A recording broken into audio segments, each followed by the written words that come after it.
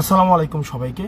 আপনারা যারা দেখছেন বাংলাদেশের বিভিন্ন প্রান্ত থেকে যারা লাইভে যুক্ত হয়েছেন সবাইকে আসসালামু আলাইকুম। নির্বাচনী কাজে বের হয়েছিলাম। এখন হচ্ছে এটা আমার প্রথম নির্বাচন এবং আমার নির্বাচনী সকাল থেকে আমাদের কার্যক্রম সকাল থেকে আমরা শুরু করি। তো নির্বাচনী কার্যক্রমে আজকে আমরা এসেছি রাজামেহের ইউনিয়ন শেষ করে আমরা এখন গুনাইগড় ইউনিয়নে আছি। তো মনে হয়েছে যে অনেক দিন হয়তো সভা সমাবেশে কথা হয়, কিন্তু মনে হয়েছে যে কিছু বিষয় নিয়ে আপনাদের সামনে কথা হওয়া গুরুত্বপূর্ণ। তো যে বিষয়টা নিয়ে প্রথমেই কথা বলতে চাই সেটা হচ্ছে যে আমাদের যেই অনেক দিন পরে বাংলাদেশের অনেক রক্ত, অনেক শ্রম, অনেক ঘাম, অনেক মানুষের ত্যাগ, অনেক মানুষের গুম হওয়া, খুন হওয়ার এবং সর্বশেষ 24 সালে আমাদের জুলাইয়ে আমাদের অসংখ্য সহস্র মানুষের রক্তের মধ্য দিয়ে যে অর্জিত যে নির্বাচন, এই নির্বাচন অনুষ্ঠিত হতে যাচ্ছে আগামী 12ই ফেব্রুয়ারি। এই নির্বাচনটি আমাদের জাতীয় জীবনে বিশেষভাবে গুরুত্বপূর্ণ। এই নির্বাচনটি বাংলাদেশের প্রত্যেকটা প্রান্তের মানুষ আপনারা যারা আছেন, এই নির্বাচনটি বিশেষভাবে গুরুত্বপূর্ণ। যেমন হচ্ছে এই নির্বাচনের মধ্য দিয়ে আমাদের রাষ্ট্র কাঠামোর সংস্কার হবে। এই নির্বাচনের মধ্য দিয়ে আমাদের যে প্রক্রিয়ায় হচ্ছে ফেসিবাদী কাঠামো বিভিন্ন স্তরে স্তরে গড়ে উঠেছিল বছরের পর বছর, সেটির সংস্কার হবে এবং আমাদের এই তরুণ প্রজন্ম ইতিহাসের প্রত্যেকটা স্তরে স্তরে যে রক্ত দিয়ে আমাদের হচ্ছে আমাদের আজকে নির্বাচনের যে উপলক্ষটি তৈরি করে দিয়েছে, সেটির হচ্ছে সফল প্রয়োগ হচ্ছে আমরা এই 12 তারিখ আমরা ঘটাতে পারবো। এই নির্বাচনকে সামনে রেখে কয়েকটা কথা। নাম্বার 1, এই নির্বাচনে গুরুত্বপূর্ণ প্রভাবকের ভূমিকা রাখবে হচ্ছে প্রশাসন, পুলিশ এবং হচ্ছে মিডিয়া। এই যে তরুণ প্রজন্মরা হচ্ছে আমার প্রোগ্রামে হয়তো যাচ্ছে, আমাদের প্রোগ্রামে হয়তো অনেকেই যাচ্ছে। কিছুক্ষণ পরে প্রোগ্রাম শুরু হবে, পাশেই আমার প্রোগ্রামের ফাঁকেই আমি আপনাদের সাথে কথা বলছি। আগামী নির্বাচনে আমাদের প্রশাসন, পুলিশ এবং মিডিয়ার গুরুত্বপূর্ণ ভূমিকা রয়েছে।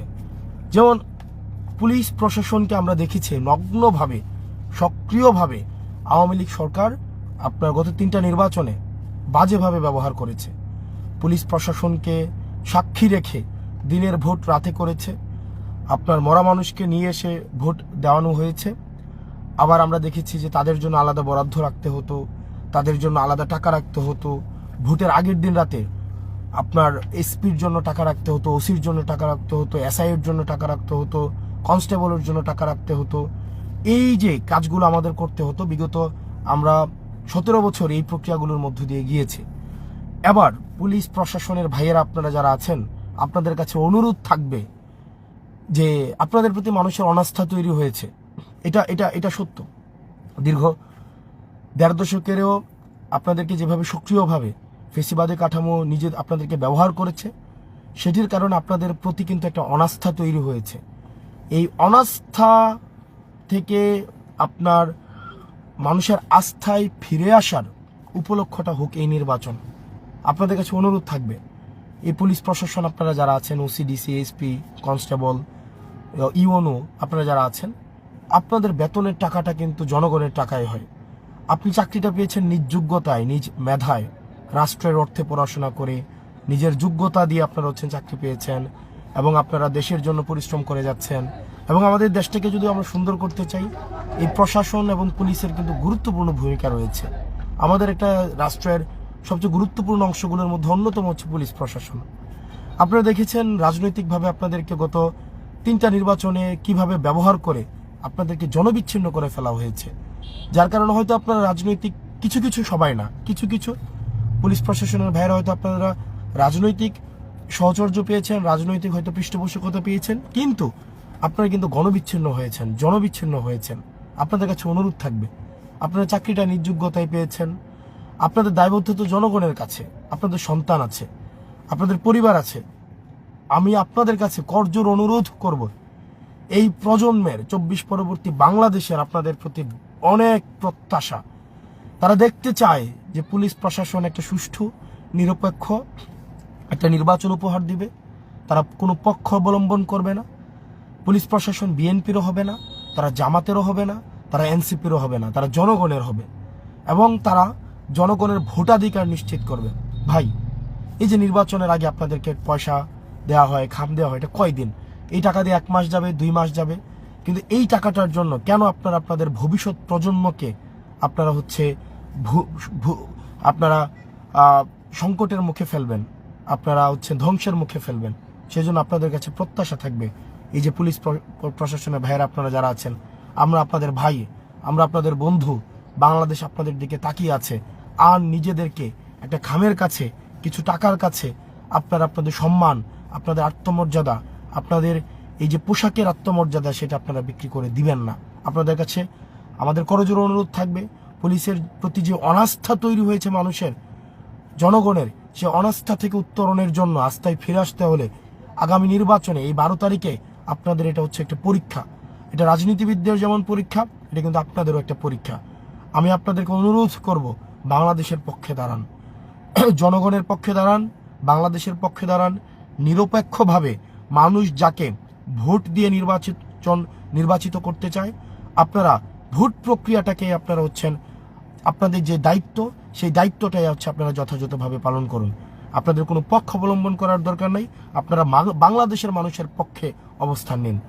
এই আর আপনারা অনেক মানুষের হৃদয়ে আশাভঙ্গ হয়েছে বারবার।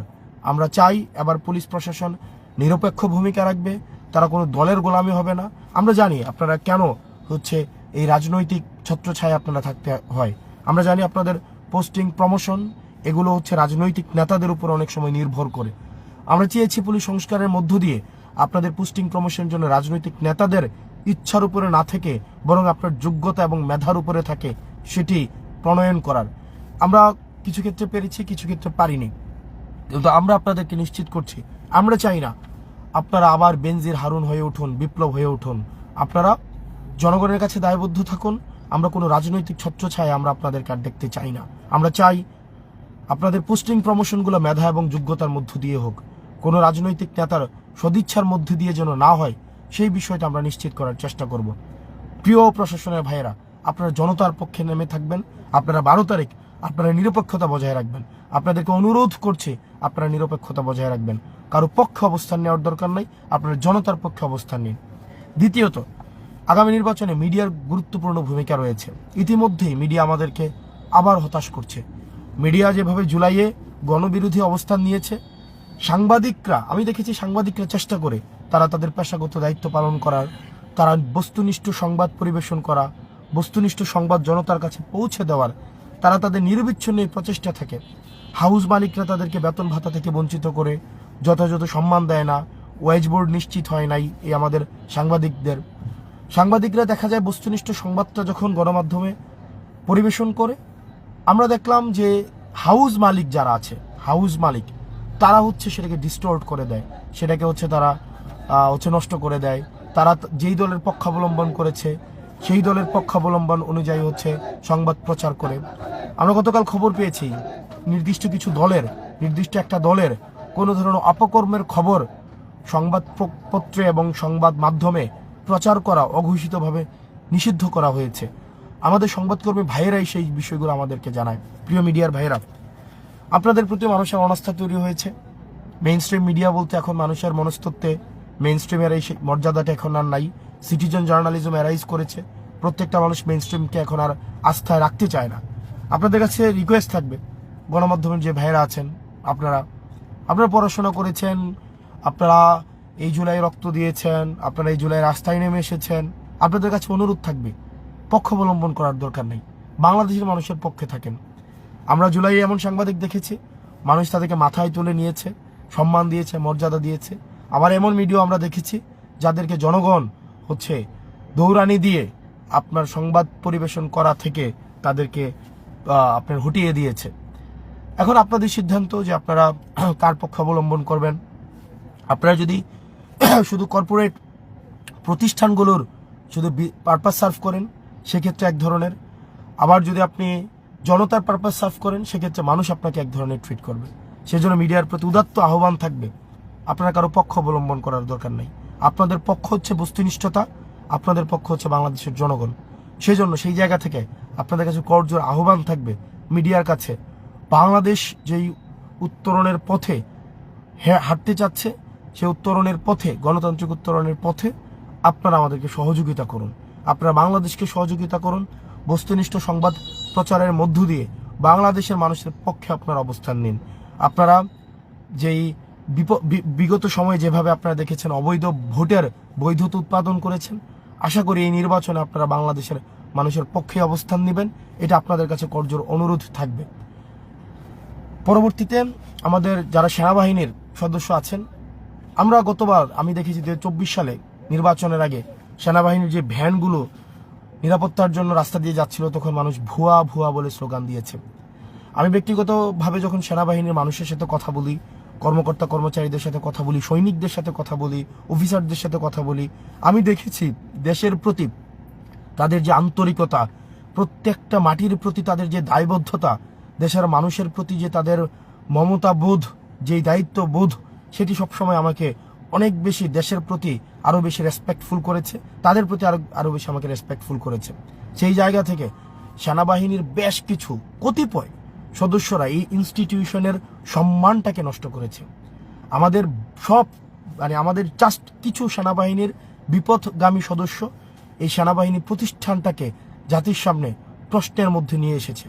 সেজন্য আপনারা সেনাবাহিনীর সদস্য যারা আছেন, আপনারা যেভাবে জুলাইয়ে বাংলাদেশের পক্ষে রাস্তায় নেমে এসেছিলেন, জনতার পক্ষে রাস্তায় ছিলেন, আমরা প্রত্যাশা করি এই নির্বাচনে আপনাদের যেই ভূমিকা, সেই ভূমিকা আপনারা যথাযথভাবে আপনারা রাখবেন। আপনারা বাংলাদেশের পক্ষে থাকবেন। একটা সুষ্ঠু সুন্দর নিরপেক্ষ নির্বাচনের জন্য আপনারা যথাযথ আপনারা নিরপেক্ষ ভূমিকা রাখবেন। আপনাদের প্রতি মানুষের অনেক প্রত্যাশা, আপনাদের প্রতি এই যে একটা সাময়িক অনাস্থা তৈরি হয়েছে, মানুষ আপনাদেরকে আস্থায় নিতে চায়, আপনাদেরকে ভালোবাসতে চায়, ধারণ করতে চায়। এই বাংলাদেশ সেনাবাহিনীর যে পোশাকের যে একটা অরা আছে, যারা আমরা ডিফেন্সের না, আমরা এই সেনাবাহিনীর যে পোশাকটা, ডিফেন্সের যে পোশাকটা, সেটাকে আমরা একটা গভীর শ্রদ্ধার সাথে আমরা দেখি। এটার এক ধরনের মমতা রয়েছে, এক ধরনের টান রয়েছে, এবং প্রত্যেকটা ছেলেই, আমি মনে করি বাংলাদেশের প্রত্যেকটা নাগরিকই জীবনের কোনো না কোনো এক সময় সে হচ্ছে ডিফেন্সের অফিসার হতে চায়, কোনো না কোনো এক সময় এটা হতে চায়। আমি ব্যক্তিগতভাবে চেয়েছি, অনেকেই চেয়েছে, আমি দেখেছি প্রত্যেকেই ডিফেন্সের অফিসার হতে চায়। তা আপনাদের পোশাকের প্রতি কিন্তু মানুষের এক ধরনের প্রত্যাশা আছে, আপনাদের কাছ থেকে মানুষের চাওয়া অনেক বেশি চাওয়া। সেই চাওয়ার মর্যাদা আপনারা রাখবেন। আশা করি আমাদের এবার সেনাবাহিনী তারা তাদের যেই কিছু কতিপয় বিপথগামী সদস্যের কারণে তাদের প্রতিষ্ঠানের মর্যাদা যেভাবে ক্ষুণ্ণ হয়েছে, আশা করি এই 12 তারিখ তারা তাদের এই প্রতিষ্ঠানের সম্মান আবার পুনরুদ্ধারে তারা তাদের যথাযথ দায়িত্ব পালনের মধ্য দিয়ে বাংলাদেশের মানুষের আস্থা অর্জন করবে। প্রিয় প্রশাসন, পুলিশ, মিডিয়া এবং সেনাবাহিনী, আপনারা যারা আছেন, আপনাদের প্রতি অনুরোধ থাকবে আপনারা আবার নিরপেক্ষ ভূমিকা পালন করুন। এই 12 তারিখ কিন্তু শুধুমাত্র যে ভোটারদের পরীক্ষা, বিষয়টা এমন না, এই প্রতিষ্ঠানগুলোরও পরীক্ষা, আপনাদেরও পরীক্ষা, আপনারা কতটা মানুষের আস্থা অর্জন করেছেন সেটিরও পরীক্ষা। সেই জন্য আমরা প্রত্যাশা করি আপনারা গণবিরোধী অবস্থান নেবেন না, আপনি জনতার পক্ষে, গণমানুষের পক্ষে, বাংলাদেশের পক্ষে অবস্থান নেবেন। প্রিয় তরুণ প্রজন্ম, আপনারা যারা আছেন, যারা আমরা কখনোই ভোট দিতে পারিনি, আমরা কখনোই হয়তো ভোটার হয়েছে কিন্তু আমরা কখনোই ভোট দেইনি, ভোট দেওয়ার আমরা দেখেছি যে বিগত সময়ের যে ভোট আমার অধিকার কেড়ে নেওয়া হয়েছে, রাষ্ট্রের মালিকানা আমাদের থেকে নিয়ে যাওয়া হয়েছে, আমরা রাষ্ট্রের মালিকার ছিলাম না। এই রাষ্ট্রের মালিকানা পুনরুদ্ধারের নির্বাচন হচ্ছে এই নির্বাচনটি। তরুণ প্রজন্ম, আপনার রাষ্ট্রের মালিকানা বুঝে নিন, আপনার ভোটাধিকার প্রয়োগ করুন। আপনি ভোটাধিকার প্রয়োগের মাধ্যমে আপনি যাকে ইচ্ছা ভোট দেন, আপনি যেই পছন্দের প্রার্থীকে ইচ্ছা আপনারা ভোট দেন, ভোট দিয়ে আপনারা রাষ্ট্রের মালিকানাটা বুঝে নেন। আমাদেরকে সবাই বলতো, আমাদের এই তরুণ প্রজন্মকে, আই হেট পলিটিক্স, তারা দেশ, রাষ্ট্র কাঠামো, সমাজ, রাজনীতি, অর্থনীতি এগুলোর প্রতি তাদের হচ্ছে এক ধরনের অনীহা কাজ করে। এটা অ্যাপলিটিক্যাল একটা মাইন্ডসেট আমাদের হচ্ছে পুরো সমাজে ছড়িয়ে গিয়েছিল। কিন্তু আপনারা জুলাইতে প্রমাণ করে দিয়েছিলেন, এই তরুণ প্রজন্ম যখন জাগে তখন ফেসিবাদের গোলা বারুদ, ফেসিবাদের হচ্ছে পেটুয়া বাহিনী কোনো কিছুই তাদের সামনে দাঁড়াতে পারে না। আমরা চাই এই তরুণ প্রজন্ম সত্যের পক্ষে, ন্যায়ের পক্ষে, ইনসাফের পক্ষে আগামী 12 তারিখ আপনারা আপনাদের রায় প্রদান করবেন, আপনারা ভোট প্রদান করবেন। আমরা আমাদের এই রাষ্ট্রীয় মালিকানা যেটা জনগণের হওয়ার কথা, আমরা জনগণকে বুঝিয়ে দিতে চাই। তরুণ প্রজন্ম, আমরা ইতিহাসের স্তরে স্তরে আমরা রক্ত দিয়েছি। আমাদের রক্ত দেওয়ার সময় আমাদের প্রয়োজন হয়, রক্ত দেওয়ার সময় তরুণদের রক্তের এক ধরনের, তরুণদের রক্ত মাখা ক্ষমতার চেয়ার দখল করার জন্য আমাদের অভিজ্ঞ প্রজন্ম সবসময় প্রস্তুত থাকে। আমাদের ক্ষমতা কাঠামোতে যেতে হলে আমাদের দেখা যায় যে তরুণদের রক্তের এক প্রয়োজনীয়তা বোধ হয়। এই তরুণ প্রজন্ম সবসময় রক্ত দিয়েছে, সবসময় রাষ্ট্রীয় প্রয়োজনে, দেশের প্রয়োজনে আবার রক্ত দিবে। কিন্তু রক্ত দেওয়ার জন্য আমাদের এই যে রক্ত দিয়েছে জুলাইতে, সেটার একটা দায় রয়েছে, সেটার রাষ্ট্র থেকে আমাদের কিছু বুঝে পাওয়ার আমাদের দায় আছে। সেই জায়গা থেকে আপনারা এবার প্রত্যেকেই আপনাদের ভোটাধিকার প্রয়োগ করবেন। যাকে খুশি, যাকে আপনার যোগ্য মনে হবে আপনারা তাকে ভোট দিবেন। অবশ্যই অবশ্যই ভোটাধিকার প্রয়োগ করবেন। এবার নির্বাচনে তরুণ প্রজন্ম তাদের অনেকে আছে গত 3টা নির্বাচনে ভোট দিতে পারেনি, অনেকেই রয়েছে এই বছর প্রথম ভোট আপনি ভোটাধিকার প্রাপ্ত হয়েছেন। আপনারা সবাই আপনাদের ভোট প্রদান করে আপনার রাষ্ট্রের মালিকানা বুঝে নিন। এবং সর্বশেষ আমার অভিজ্ঞতা ব্যক্তিগতভাবে, আমি যেহেতু আমার 212টা গ্রাম, আমি 212টা গ্রামে আমি নিজে গিয়েছি। আমি অন্তত 300-র বেশি উঠান বৈঠক করেছি, 300-র বেশি উঠান বৈঠক করেছি। আমি গত আপনার 3-4 মাসের রাজনৈতিক নির্বাচন কেন্দ্রিক কার্যক্রমে আমি 300-র বেশি উঠান বৈঠক করেছি। আমি জনতার কাছে গিয়েছি, প্রত্যেকটা মানুষের কাছে যাওয়ার চেষ্টা করেছি। নারী পুরুষ, কৃষক শ্রমিক, শ্রমজীবী পেশাজীবী, সরকারি চাকরিজীবী, প্রত্যেকটা মানুষ, আলেম ওলামা, মাদ্রাসার শিক্ষার্থী, স্কুলের শিক্ষার্থী, কলেজের শিক্ষার্থী, প্রত্যেকটা স্তরের মানুষের কাছে আমি পৌঁছানোর চেষ্টা করেছি। তাদের প্রয়োজন প্রত্যাশা আমি শোনার চেষ্টা করেছি। সমস্যাগুলি নিয়ে আমার গভীর অনুধাবন হয়েছে, সম্ভাবনা নিয়ে আমার বিশেষ এক ধরনের পর্যবেক্ষণ তৈরি হয়েছে সমস্যার আলোকে। প্রিয় দেবিদ্বারবাসী, আপনাদের কাছে আহ্বান থাকবে আগামী 12 তারিখ দেবিদ্বারের মালিকানা আপনারা বুঝে নিন। ভোটাধিকার প্রয়োগের মাধ্যমে আপনার যেই হারানো যেই অধিকার ছিল সেটা আপনারা বুঝে নিন। এবং আমরা প্রত্যাশা করি দেবিদ্বারের মানুষ সৎ, যোগ্য, দক্ষ একজন মানুষকে তার ভোটাধিকার প্রয়োগ করবে। আমার মায়েরা, আমার তরুণ প্রজন্ম, অভিজ্ঞ আমাদের সিভিল, আমাদের যারা সুপ্রিম সিটিজেন আছে, আমাদের যারা বিভিন্ন রাজনৈতিক দলের নেতৃবৃন্দ আছে, আমি বিশ্বাস করি আপনারা এবার দেবিদ্বারের প্রশ্ন ঐক্যবদ্ধ। আপনারা যাকে মনে করেন দেবিদ্বারের ইতিবাচক পরিবর্তন সম্ভব, আপনারা তাকেই আবার ভোট দিবেন, আপনারা ভোট প্রদান করবেন। আপনারা যে দলই হন না কেন, আপনি বিএনপির হতে পারেন, আপনি জামাতের হতে পারেন, এনসিপির হতে পারেন, খেলাফতে মজলিসের হতে পারেন, নেজাম ইসলাম, এলডিপি, আপনি যে কোনো দলেরই হন না কেন, দেবিদ্বারের প্রশ্নে, দেবিদ্বারের উন্নয়ন, দেবিদ্বারের প্রগতি, দেবিদ্বারের সমৃদ্ধির প্রশ্নে অবশ্যই অবশ্যই আমাদেরকে ঐক্যবদ্ধভাবে কাজ করে যেতে হবে। আমি আপনাদের কাছে আপনাদের সন্তান হিসাবে আমি রাস্তার অলিগলি হেঁটে গিয়েছি, প্রত্যেকটা গ্রামে গ্রামে গিয়েছি, প্রত্যেকটা বাড়িতে বসার চেষ্টা করেছি, মানুষের সমস্যার সমাধানের শোনার চেষ্টা করেছি, শিক্ষার্থীদের কাছে পৌঁছানোর চেষ্টা করেছি, শ্রমজীবী পেশাজীবী মানুষের কাছে গিয়েছি। আপনাদের কাছে অনুরোধ থাকবে এই 12 তারিখ আপনি আপনার ভোটাধিকার প্রয়োগের মাধ্যমে আপনি আমাকে সহায়তা করেন, আমাদের 11 দলীয় ঐক্যবদ্ধ জোটকে সহায়তা করেন। আমি যেন আপনার প্রতিনিধি হয়ে সংসদে আপনার অধিকার নিয়ে কথা বলতে পারি, বাংলাদেশ নিয়ে কথা বলতে পারি, সেই সুযোগটি আপনারা আমাকে করে দিবেন। আমি হেঁটে বেরিয়েছি সেই ইষ্টগ্রাম থেকে খাদগড় পর্যন্ত, খাদগড় থেকে ইষ্টগ্রাম পর্যন্ত প্রত্যেকটি গ্রামে ছুটে বেরিয়েছি। আমি ওদিক থেকে বরকামতা, সুলতানপুর, রাজামেহের, তারপর মোহনপুর, ধামতি, রাজামেহের, তারপর আপনার উত্তর গোনাইগড়, দক্ষিণ গোনাইগড়, পৌরসভা, জাফরগঞ্জ, রসুলপুর, বড়শালগড়, তারপর আপনার ইউসুফপুর, তারপর ফতেহাবাদ, সুবিল, প্রত্যেকটা জায়গায় আমি যাওয়ার চেষ্টা করেছি, প্রত্যেকটা মানুষের কাছে যাওয়ার চেষ্টা করেছি। খুব গভীর থেকে আপনাদের সমস্যা সমাধানের চেষ্টা শুনেছি, সমস্যাগুলো শুনেছি। আপনারা চেষ্টা করি আপনারা আমার এই পরিশ্রমের মূল্যায়ন আপনারা করবেন। বিশেষ করে দেবিদ্বারের মানুষের যেই ভালোবাসা আমি পেয়েছি, মানুষ আমাকে যেভাবে গ্রহণ করেছেন, অর্থ দিয়ে আমাকে যেভাবে গ্রহণ করেছেন।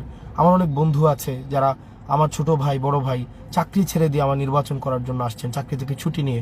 আমার অনেক বড় ভাই আছে যারা বিদেশ থেকে শুধুমাত্র নির্বাচন করার জন্য আসছে, হয়তো সে অন্য রাজনীতি করে, কেউ ব্যবসা থেকে ছুটি নিয়ে আমার নির্বাচন করার জন্য আসছে। আমি আপনাদের সবার প্রতি কৃতজ্ঞ। আপনারা যারা আছেন, যারা আমার জন্য, শুধুমাত্র শাপলাকলির জন্য, আমার স্কুলের ছোট ভাইরা, দেবিদ্বারের সব স্কুলের শিক্ষার্থীদের মধ্যে যেই স্বতঃস্ফূর্ত অংশগ্রহণ শুধু হাসনাত ভাইকে জেতানোর জন্য, আমি সেটার প্রতি অনেক বেশি কৃতজ্ঞ আপনাদের প্রতি। আপনারা 12 তারিখ আশা করি আমি আপনাদের মর্যাদা রাখতে পারবো। আপনারাও ভোটাধিকার প্রয়োগের মধ্য দিয়ে আপনাদের এতদিনের পরিশ্রমকে আপনারা সফল করবেন। আমি খাদগড় থেকে ইষ্টগ্রাম পর্যন্ত হেঁটে বেরিয়েছি, প্রত্যেকটি গ্রামে গ্রামে। আমি যেমন কাশারিখোলা লাইটটা গিয়েছি, ঠিক একইভাবে একদম শেষ মাথায় ইষ্টগ্রামের ওই বড়শালগড়, মন্ত্রীবাড়ির ওই গ্রামগুলা পর্যন্ত গিয়েছি। প্রত্যেকটা গ্রামে আমি আমার পদচিহ্ন আমি রেখে আসতে পেরেছি। এবং আমি আমার উপজেলায় আমার বড় হওয়া থেকে শুরু করে আমার গ্রাম, প্রত্যেকটা গ্রাম আমার গ্রাম হয়ে উঠেছে, দেবিদ্বারের প্রত্যেকটা পরিবার আমার পরিবার হয়ে উঠেছে। প্রত্যেকটা সে বিএনপি করে কিন্তু আমাকে বুকে টেনে নিয়েছে, আমাকে অর্থ দিয়ে সহায়তা করেছে। আমি আপনাদেরকে বলি, আমি যেই মনোনয়ন ফর্ম কিনতে যেই টাকাটা লাগে, এই টাকাটাও আমাকে এখানে সব রাজনৈতিক দলের মানুষ মিলে আমাকে টাকাটা দিয়েছে। আমার যেই মনোনয়ন ফর্মের এই টাকার মধ্যে বিএনপির টাকা আছে, জামাতের টাকা আছে, তারা হচ্ছে এনসিপির টাকা আছে। তারা এই কারণে দেয়নি যে এনসিপির হাসনাত, তারা দেবিদ্বারের হাসনাত হিসাবে তারা আমাকে বুকে টেনে নিয়েছে। আমাদের রেমিটেন্স যোদ্ধা ভাইয়েরা আপনারা যারা আছেন, আপনারা আপনাদের পরিবারকে আমাদের কথা বলবেন। আপনাদের রেমিটেন্স যোদ্ধা প্রত্যেকটা মানুষের প্রতি আহ্বান থাকবে, আপনারা আপনাদের পরিবার রেখে অনেক দূরে আছেন। আপনারা ইতিমধ্যে আপনাদের ভোটাধিকার প্রয়োগ করেছেন। শাপলাকলির প্রতি আপনাদের যেই সমর্থন আমরা দেখেছি, সেটা আমাদের সারা জীবন মনে থাকবে। দেবিদ্বারের প্রতি সেই বিষয়গুলো আমাকে আরও বেশি দায়বদ্ধ করেছে। আপনাদেরকে আহ্বান জানাবো, আপনারা সবাই একসাথে চলেন আমরা দেবিদ্বারটা গড়ি। এই সপ্তাহটাই সর্বশেষ, এই সপ্তাহটাই হচ্ছে সম্ভবত আপনার শেষ সপ্তাহ, যেই সপ্তাহে আপনার রাষ্ট্রপ্রধানকে নিয়ে বা রাষ্ট্র সরকার প্রধানকে নিয়ে আপনার কথা বলতে আপনার ভয় নাই। এই সপ্তাহটা হচ্ছে শেষ সপ্তাহ। একবার চিন্তা করেন তো, আপনি ইউনুসকে আপনি এটা বলতে পারবেন, এটা শুয়োর ইউনুস, এটা বলার জন্য আপনাকে দুইবার ভাবতে হয় না। ইউনুসকে আপনি যে কোনো গালি দিতে পারবেন, আপনার দুইবার ভাবতে হয় না। কিন্তু একই জিনিস আপনি দেখেন তো, যারা সরকার প্রধান হতে চাচ্ছে তাদের ক্ষেত্রে আপনি বলতে পারবেন কিনা।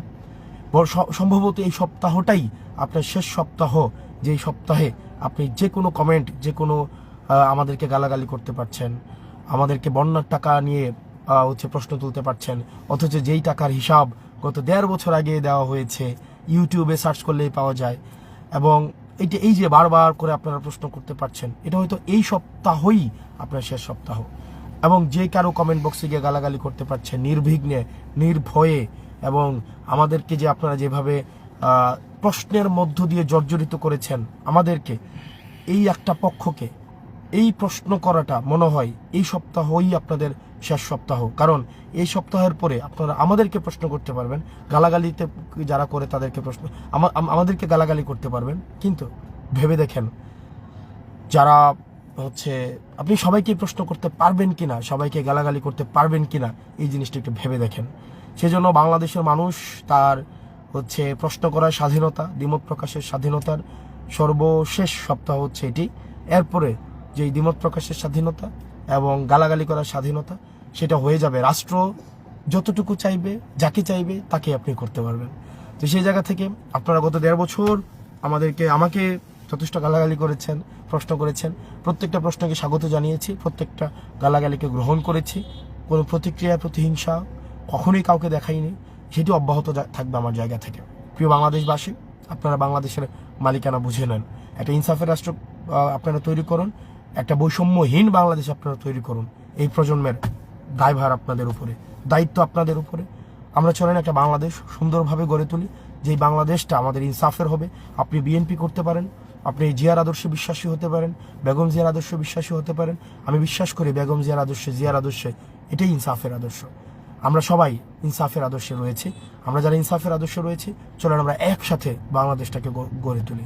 আসসালামু আলাইকুম রহমতুল্লাহ। সবাই ভালো থাকেন, সুস্থ থাকেন। একটা সুন্দর বাংলাদেশ আমাদের দেখা হবে। আসসালামু আলাইকুম রহমতুল্লাহ।